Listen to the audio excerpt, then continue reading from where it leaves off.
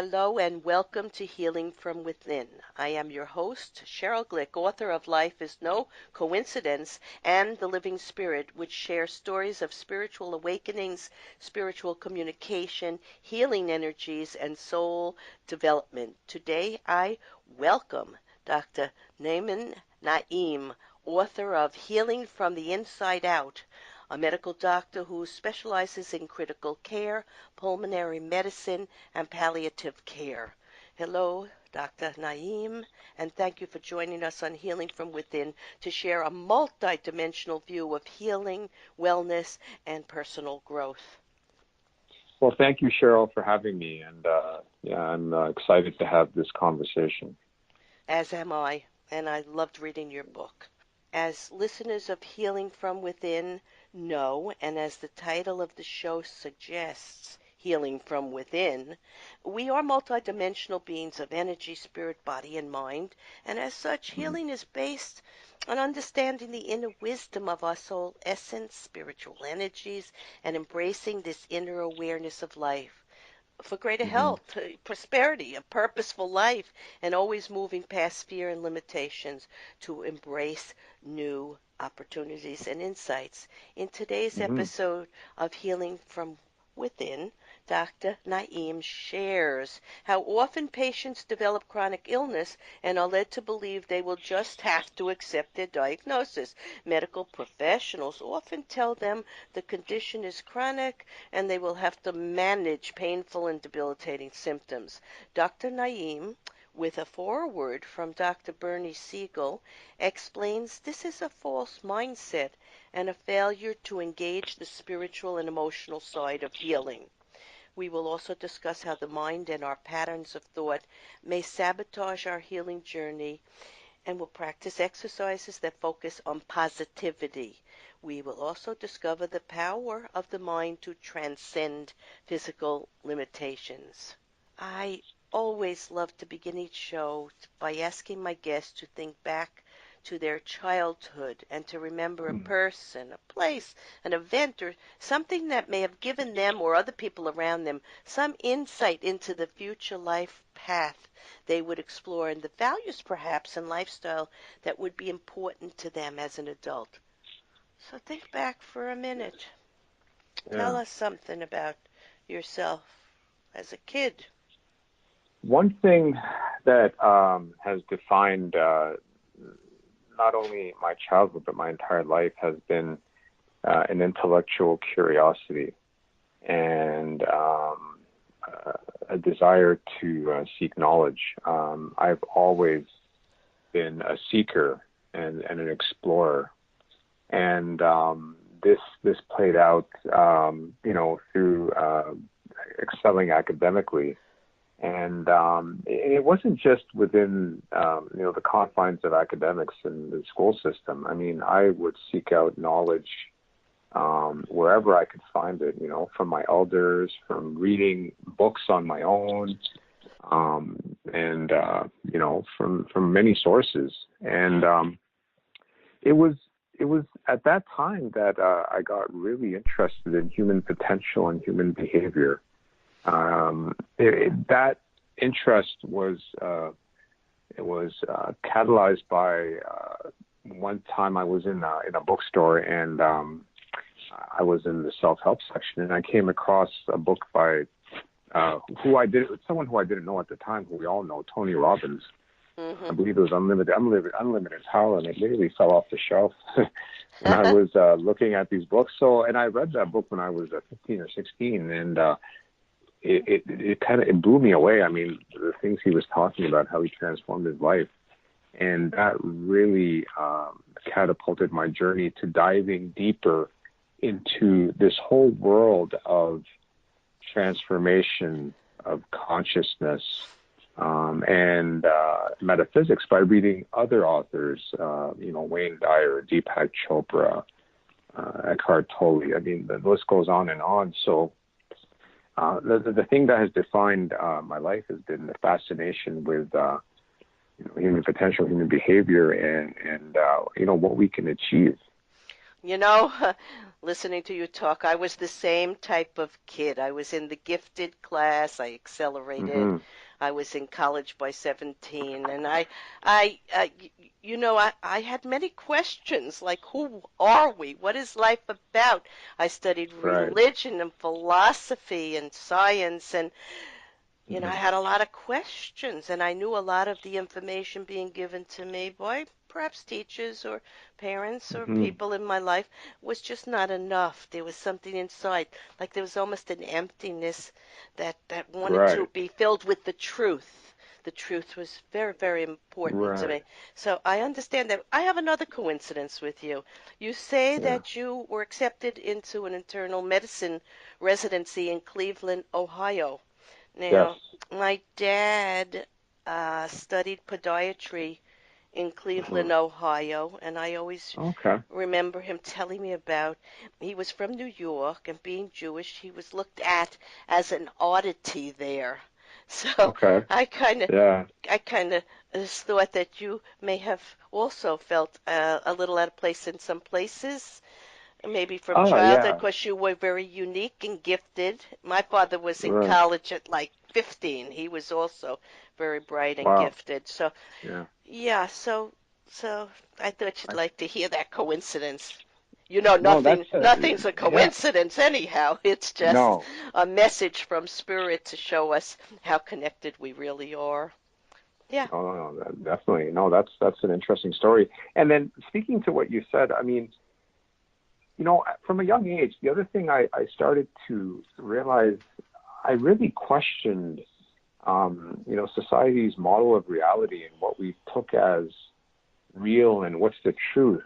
I mean, I had this feeling from a young age that things are not always as they appear because we get all our information through our five senses. But I had this deep inner, I wouldn't say a knowing, but a suspicion that there is more to life and more to reality that we can perceive through our five senses. And I had that from a young age, long before I got into transformation. And I couldn't define it. I couldn't Yeah, put my finger on it. I understand So, because later on, as I got into all the books that you were mentioning and much more, as my right. heart was opening up to a different soul purpose and reality, yeah, I Hmm. felt the same exact way. And what it Yeah. is an energy form of life that's poured, Right. the duality of our soul and energy life and our physical life, and needing to Hmm. merge them or bring them together. And that's a reality. It's not it's a truth. It's a fact of living. And there are many things we can't see, but we can Right. feel them perhaps, and they are real nonetheless. And that's what Right. you were looking for, and that's what we both have learned to be the truth. So that's a great gift that we know that. Why are you a conventional physician writing a book about healing? What is it you hope to show in this book that Right. moves past the allopathic way of thinking or Western way of thinking about Yeah. medicine?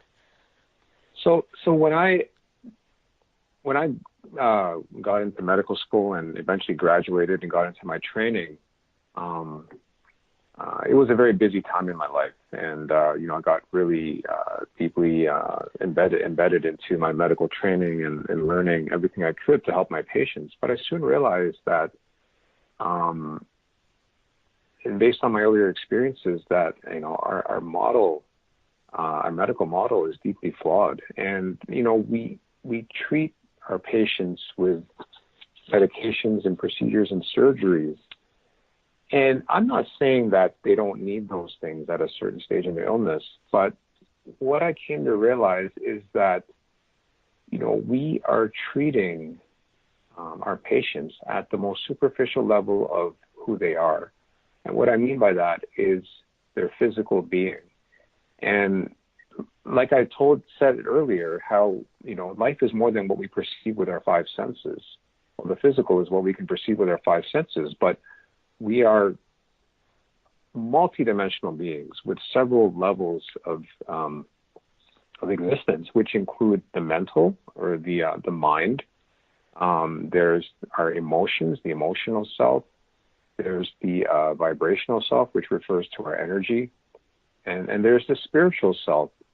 And I soon realized, because of my earlier experiences diving deep into transformation and consciousness and metaphysics, that medical school only teaches us how to deal with that most superficial level. And this played out in seeing my patients stuck in the paradigm of chronic disease and being told that, this is it. They're not going to get better. There's no way to heal.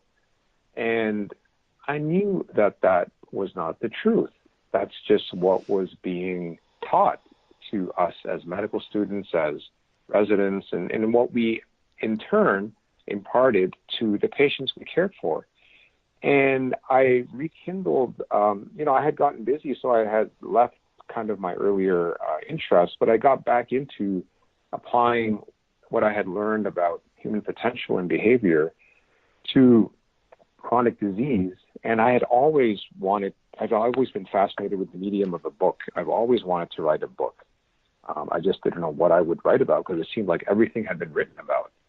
And, then I came up with this idea, well, now that I'm starting to explore this at a deeper level, I should just write about this and see if I can publish a book. So I started that journey many years ago. And, I reached out to Bernie Siegel to write my foreword, and I got the greatest compliment from him. When I sent him my initial manuscript, what he said is that I felt like I was reading one of my own books. And Absolutely. I was deeply complimented by that. And then, the book got published last September, and it's out now. So it was my own desire to uncover how we can truly heal, instead of living with the current healthcare paradigm of having to suffer with chronic illness throughout our whole lives, which I know we don't have to do. Absolutely. Yeah. I have interviewed many physicians and surgeons, including Mm-hmm. Dr. Eben Alexander, who had a near-death experience, and Dr. Vernon Amazing. Sylvest, and Dr. Raymond Moody, and Dr. Miguel Ruiz, who was a surgeon and shaman. He was a Mm-hmm. surgeon, but he went back to work more with the metaphysical energy as a shaman. And so many spiritual psychologists, and they all approach healing from a mind-body-spirit perspective, as you do, just as we're talking about here. And I would think it's like anything else. It's an evolution of watching that if something's not working most effectively with all your training, medicines and Mm-hmm. surgery, that you need to focus on a bigger, the whole human being, a bigger perspective to finding out what's the cause of the disease. And it could lie very deep at a cellular level due to a Mm-hmm. trauma either in this life or before this life. And Right. I absolutely love the way you're expressing that. And if we go on, we're going to understand what's true healing. So, what is true healing? So how I define healing is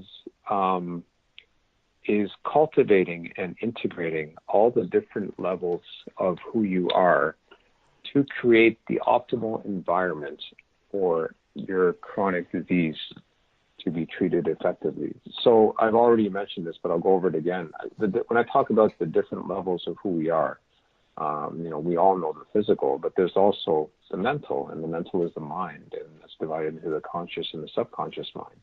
And the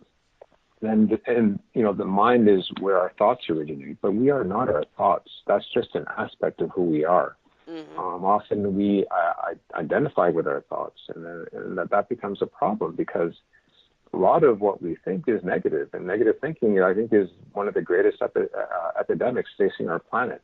It's negative thinking. And so that's one aspect of ourselves that we have to cultivate. Then there's the emotional self. And, emotions are is our experience of what our soul is experiencing in our body here on this planet, and that is expressed through emotion.